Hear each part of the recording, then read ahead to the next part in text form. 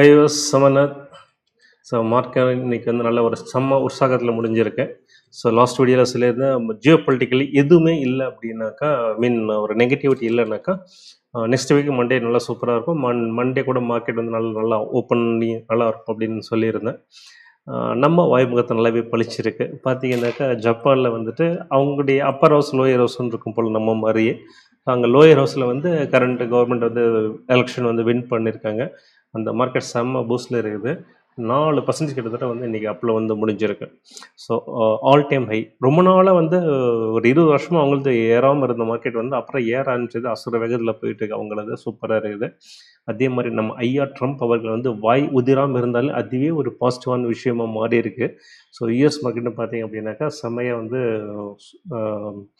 Positive வந்து முடிஞ்சிருக்கு. தென் நம்முடைய நிஃப்டி நல்ல ஒரு மொமெண்டமில் வந்து நல்ல கெயின் ஆகிட்டுருக்கு. இது எது வர போகும் அப்படின்றது எல்லாமே வந்து நம்ம சார்ட்டில் வந்து டிஃப்ரெண்ட் பார்க்கலாம். அதே மாதிரி ஸ்டேட் பேங்க் ஆஃப் இந்தியா வந்து இன்றைக்கி அப்படி ஒரு ஏற்றம் மோர் தென் 7.5% வந்து அப்பில் முடிஞ்சிருந்தது.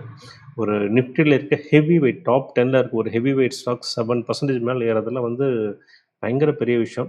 இன்றைக்கி வந்து 173 பாயிண்ட் நிஃப்டி வந்து பாசிட்டிவாக முடிஞ்சதில் கிட்டத்தட்ட 75 பாயிண்ட் இந்த ஒரு ஸ்டாக் மட்டுமே வந்து கான்ட்ரிபியூட் பண்ணியிருந்தது. ஸோ அந்த அளவுக்கு வந்து இன்றைக்கி ஏறியிருந்தது. I think more then nearly 75 rupees வந்து ஏறி இருந்தது இந்த ஒரு ஸ்டாக் இன்றைக்கி. அந்தளவுக்கு நல்ல உற்சாகமாக இருந்தது. அதே மாதிரி அட்வான்ஸ் டிக்ளைன் ரேஷியோ பார்த்தீங்கன்னா கிட்டத்தட்ட 4:1 அளவுக்கு வந்து இன்றைக்கி நல்லா உற்சாகத்தில் இருக்குது. ஸோ எல்லாமே வந்து நல்ல ஒரு பாசிட்டிவான ஒரு மூடில் இருக்குது மார்க்கெட்டு. பார்க்கலாம் இது எது வரைக்கும் நம்ம நிஃப்டி எடுத்துகிட்டு போகுன்றது நம்ம சார்ட்டில் ஒன் பை ஒன்னாக பார்க்குறதுக்கு முன்னாடி டிஸ்க்ளைமர், நான் வந்து செபி ரெஜிஸ்டர்ட் அட்வைசர் கிடையாது. இங்கே பேசுகிறது எல்லாமே ஜஸ்ட் ஒரு எஜுகேஷன் பர்பஸுக்காக ஷேரிங் மை வியூஸ், அவ்வளோதான். எப்பயுமே ஒரு நல்ல ஒரு ட்ரேடர் இன்வெஸ்டர்ஸ் அப்படின்னாக்கா அவங்களுடைய ஓன் ஸ்டடி அனாலிசிஸ் பண்ணிவிட்டு ஓன் டெசிஷன் எடுக்கிறது தான் புத்திசாலித்தனமாக இருக்கும். வீடியோக்குள்ளே போகிறதுக்கு முன்னாடி வழக்கம் போல் ரெக்வஸ்ட்டு, சப்ஸ்கிரைப் பண்ணாமல் பார்க்குறீங்கன்னாக்கா சப்ஸ்கிரைப் பண்ணுங்கள், லைக் பண்ணுங்கள்.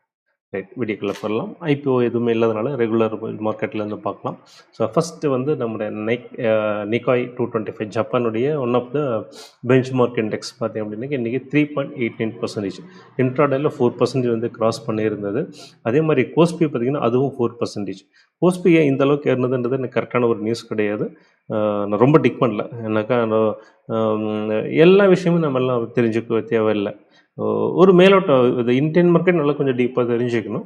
பட் வேர்ல்ட்லேயும் அதர் மார்க்கெட் வந்து நம்ம ஒரு மேலோட்டமாக தெரிஞ்சிட்டாலே போதுமானது. ஸோ அந்த வகையில் வந்து இந்த அளவுக்கு எனக்கு இன்ஃபர்மேஷன் போதுமானதாக இருந்தது. அது உங்கள்கிட்ட ஷேர் பண்ணுறேன், அவ்வளோதான். ஸோ இதுதான் வந்து ஜப்பான் மார்க்கெட் ஏறினதுக்கான ரீசன். ரைட், அடுத்து நம்ம மார்க்கெட் வந்தெல்லாம் ஃபஸ்ட்டு வந்து நம்முடைய ப்ராட் மார்க்கெட் பார்க்கும்போது நிஃப்டி 173 பாயிண்ட் வந்து நல்ல ஒரு பாசிட்டிவாக முடிஞ்சிருக்கு. பட் நிஃப்டி நல்லா பாசிட்டிவாக இருக்க மார்க்கெட் பாசிட்டிவாக இருக்கும்போது வந்துட்டு விக்ஸ் வந்து ஆக்சுவலாக குறையணும். பார்த்திங்கன்னா அது 2.64% வந்து ஏறி இருக்குது. லெஃப்ட் சிக்னல் போட்டு ரைட்டில் திரும்புகிற மாதிரி அது போயிருக்குது. அது கொஞ்சம் நெருடலாக இருக்கான விஷயமா இருக்குது.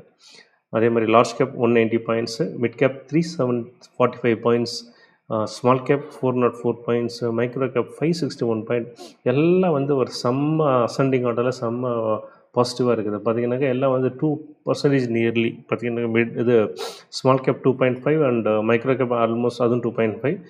மிட் கேப் பாருங்கள் 1.5. செல்ல மார்க்கெட் நல்ல ஒரு பாசிட்டிவில் இருக்குது. அதே மாதிரி செக்டோரல் வைஸ் அப்படின்னு நம்ம பார்க்கும்போது எல்லா செக்டரும் பார்த்திங்கன்னா செம்மையாக இருக்குது. ரொம்ப வந்து பாசிட்டிவ் போனதுன்னு பார்த்திங்கன்னா இன்றைக்கி கன்சியூமர் டியூரபிள் வந்துட்டு 3.60% பாசிட்டிவாக போயிருக்கு. அதே மாதிரி பிஎஸ்சி பேங்க் வந்து 3.34. இதுக்கு முக்கிய காரணம் வந்துட்டு ஸ்டேட் பேங்க் ஆல்ரெடி சொன்னேன் 7.5% ஏறி இருந்தது, 75 ருபீஸ் வரை ஏறி இருந்ததுன்ட்டு.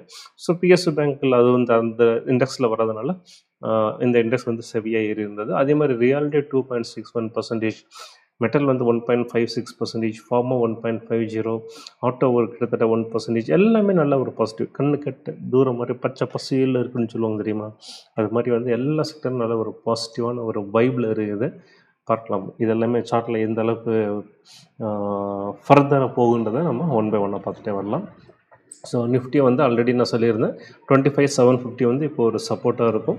ஸோ ஃபர்தராக அதிகபட்சமாக போவோம் அப்படின்னாக்கா எனக்கு தெரிஞ்சு வந்து நம்முடைய பழைய ஆல் டைம் ஹை 26,325 இது தான் வந்து இந்த அளவுக்கு எடுத்துகிட்டு போகிறதுக்கு தான் வந்து இப்போதைக்கு மார்க்கெட்டுக்கு வந்து ஒரு தெம்பு இருக்க மாதிரி நான் பார்க்குறேன் நம்ம இந்தியன் மார்க்கெட்டுக்கு.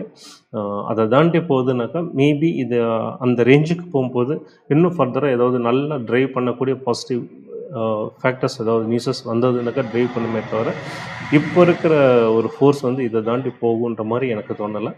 பொறுத்திருந்து பார்ப்போம். அதை தாண்டி மேலே போச்சுன்னாக்கா நல்ல விஷயம், சந்தோஷமே.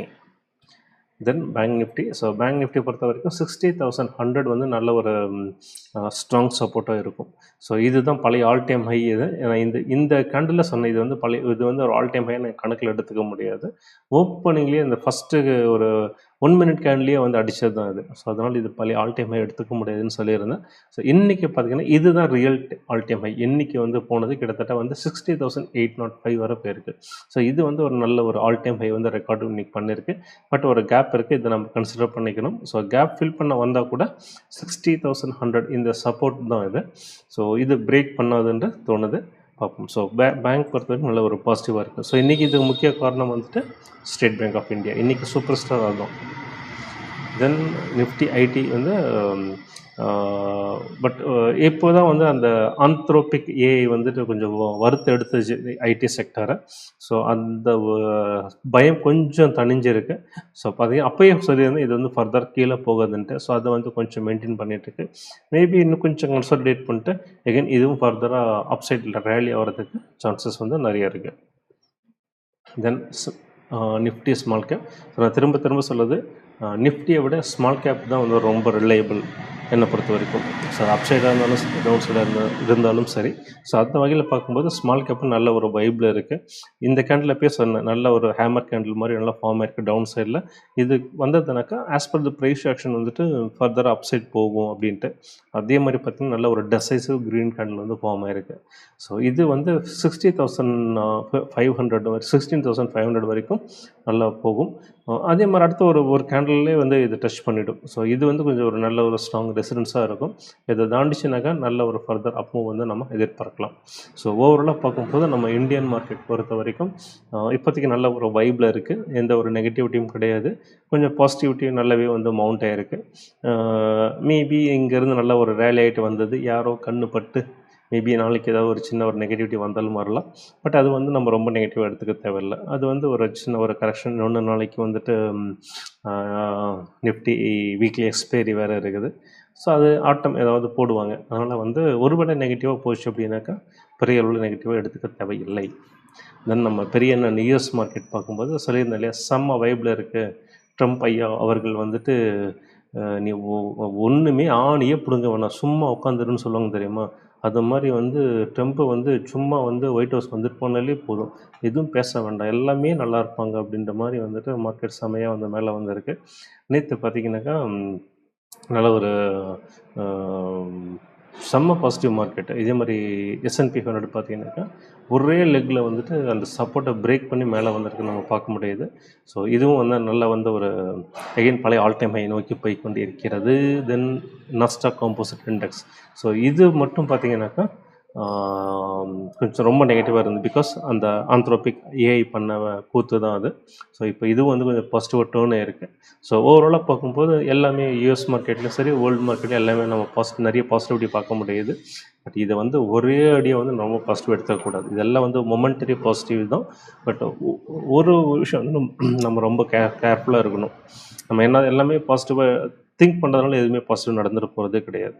நம்ம நெகட்டிவ் சைடில் எதுக்கும் தயாராக இருக்கணும். ஸோ அந்த வகையில் வந்து எல்லா மார்க்கெட்டும் வந்து நல்ல ஒரு ஆல் டைம் ஹையில் இருக்குது. ஸோ எந்த மொமெண்ட்லேயும் வந்து ஒரு கரெக்ஷன் வரலாம், கிராஷ் வருது இல்லையோ ஒரு கரெக்ஷன் வர்றதுக்கு நிறைய வாய்ப்பு இருக்குது.